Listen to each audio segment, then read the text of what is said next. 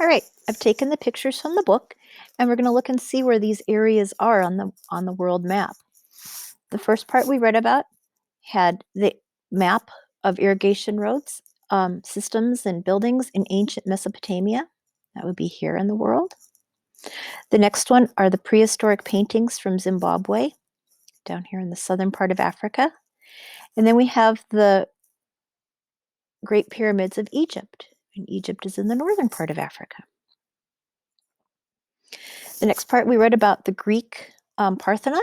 Greece is here, kind of underneath the arrow for the other one, which is the Roman Senate in where Rome is today, and that would be here in Italy. At one point, this is how big the Roman Empire was. Here's where Italy is now. That's where the Roman Senate is.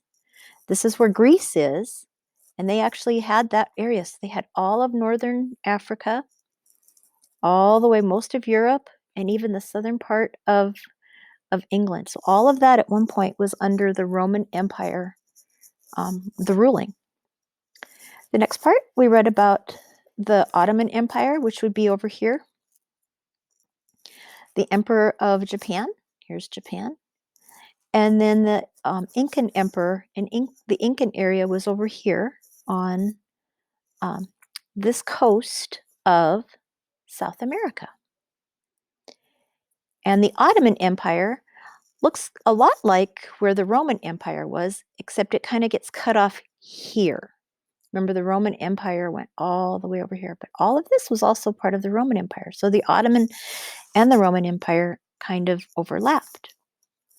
Then finally, we had the Queen Elizabeth I of England, and England is here, and Nicholas, the last Tsar of Russia, and here's Russia. You'll notice I put red dots on all of the places where we learned about the rulers and the types of government. You'll notice most of them are right here, kind of in the middle. There's 3 in a row, and then these 2 here. There's one up here in Russia, but look how big Russia is. If I wanted to, I could move that red dot over here, and it would be just as close to those. We've got Japan, which is way over here. We've got Zimbabwe, which is way over here. And we only have one over here in Peru on this whole side of the map. I wonder why that is.